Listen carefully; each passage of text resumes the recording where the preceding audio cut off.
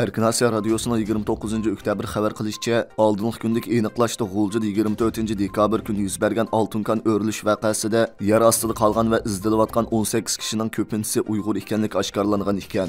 Erkin Asiya Radyosu'ning muxbirining aniqlashlari davomida mazkur 18 kishidan 3 kishining kimliklari oydinlashgan.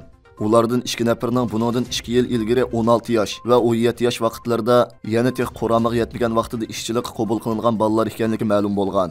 Beydu uçur ambırda tonuşturuluşça, G'arbiy diyar ili Oltunkan cheklik mas'uliyat shirkati 1993-yili qurilgan bo'lib, shirkatning umumiy ishchi xizmatchisi 672 nafar. Buning 333 nafari, ya'ni 49,56% yerlik millatlardan ekan.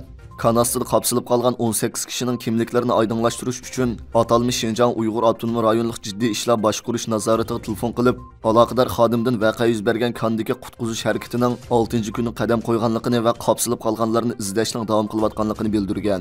Mazkur xodimdan qapsilib qolgan 18 kishining milliy tavallik so'ralganda, u buningga darhol javob bera olmagan. U ishxonasidagi boshqa xodimlar bilan maslahatlashgandan keyin bu vaqtda Uyg'ur Avtonom rayonlik partkom tashviqot bo'limi tayyorlagan maxsus materialdan foydalanishni tavsiya qilgan. Beydu tordagi aloqador uchurlarda mazkur shirkatning G'ulji nahiyasining Qaryag'ach yezisi va uning atrofidan 2038 mo zaminni egallaganligi qayd qilingan. Mazkur xodimdan kanning o'rilgan qismining ko'lami, qancha mo yoki qancha kvadrat metr joyning ko'mirilib tushganligini so'raganda javob bera olmagan. Mazkur nazoratdagi yana bir xodim qapsilib qolganlarning kimliklari haqidagi savollarga javob bermagan. Bu vaqtdagi uchurlarni Avtonom rayonlik partkom tashviqot bo'limidan so'rashimni tavsiya qildi. Telefon ziyoratini qabul qilgan atalmış Şinjan Uyg'ur Avtonom rayonlik partkom tashviqot bo'limining bir xodimi dastlabda o'zlarining bu voqeadan xabar yo'qligini aytib, orqadan o'zlarining bu ishga mas'ul emasligini, telefonning o'zlariga xato urilganligini bayon qilgan. İlgirki aniqlashda G'ulji nahiyasining Qaryag'ach yezisiga makonlashgan Xitoyning Chinxua elektr va ko'mir shirkatlarining tavallikdagi yerlik aholilarga yordam berish u yoqda tursin, aksicha ularni terilg'u yerlardan mahrum qildirganligi, yerlik aholilarning 3 qitim ko'chishga majburlaganligi va ularning ota-bovularidan qolgan bog'varonlarni vayron qilganligini fosh qilgan.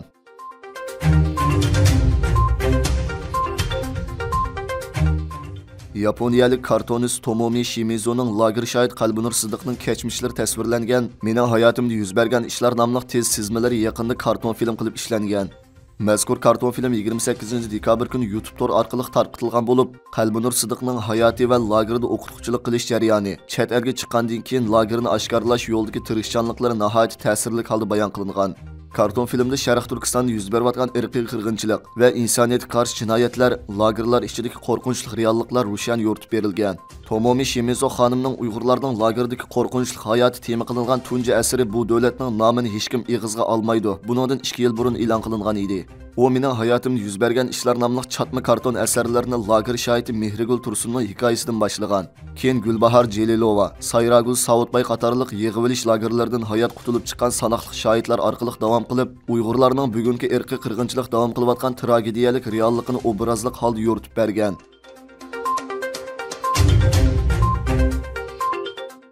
Xitoyda Xitoy virus yuqum ahvoli davomli ig'irlashib, yuqumlanish va o'lganlarning soni shiddat bilan ko'paymoqda.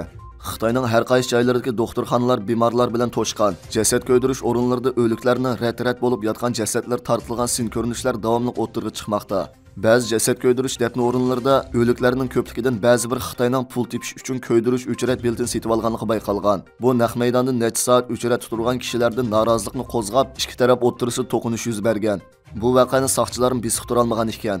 Shuning bilan Xitoy bu xabarni to'sishga boshlagan hamda jasad ko'ydirish dafn o'rinlarini soqchilar o'tkazib olgan. 25 dekabr kuni Torda Bejondagi asosiy doktorxonalarning o'lik sanduqining hammasining o'liklar bilan to'lganligi, davomli keltirilgan o'liklarni saqlaydigan yerning qolmaganligi, yerlik hukumat, ya'ni Yuchuanningdagi to'nglatilgan go'sht sovuq saqlash omborlarining jami 15 ming jasad bilan to'lganligi, yana nurg'un o'likning sovuq saqlash o'rnining sirtiga qo'yilishga boshlaganlik sin ko'rinishlar oshkorlangan.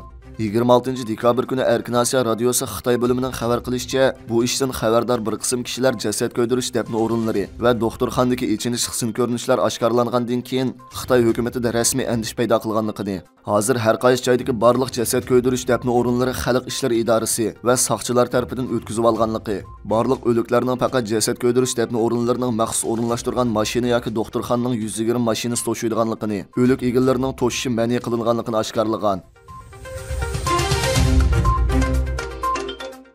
Uyg'urlarning o'tmish tarixida o'tgan xalq qo'shoqchilarining mustamlikka, adolatsizlikka qarshi harakatlari va erkinlik ideyalari to'lib toshgan ijodiyatlari bilan o'z xalqining hurmatiga sazovor bo'lganligi ko'pchilikka ma'lum.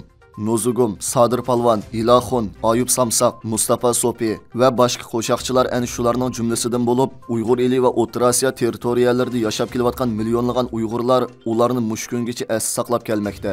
Ana shularning qatoridan o'rin olgan mashhur qo'shoqchi va naqshchi Ilohun 1865-yili G'ulji shahri Qaranchi mahallasi dunyoga kelgan bo'lib, kichikidinla milliy san'atga muhabbat bog'lagan. Uning umrining tangdan to'lisi zulm va azob oqibatda o'tgan. Ilohun Ko'kko'z kichikidinli Xitoy bosqinchilarining xalq beshiga elib kelgan zulmiga chiday olmay, ularga qarshi qat'iy kurash elib borgan. Olim O'ktabir Jamoldinov bu vaqtda mundaq deb yozdi: Manju ishg'oliyatchilari 1900-yili dehqonlarning qo'llaridagi mollarini zo'rlik bilan tortib olish kuchayib ketgan bir davrda Ilohun o'zining bir to'p sabdoshlari bilan Do'tay, Shangan va Zo'lonlarning qo'llaridagi bulab ilingan mollarni qaytirib elib, ularni egallari qaytirib berdi. Bu alamga chidamagan Do'tay Ilohunni tutqunga elib, Yomulga sulashga buyruq berdi.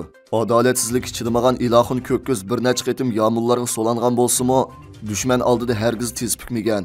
U 1955-yili Qozog'istonga ko'chib ketishga majbur bo'lib, 1970-yili Olmaota viloyatining Talg'ir noyasi qarashliq Ozod yesida 105 yashida olamdan o'tgan.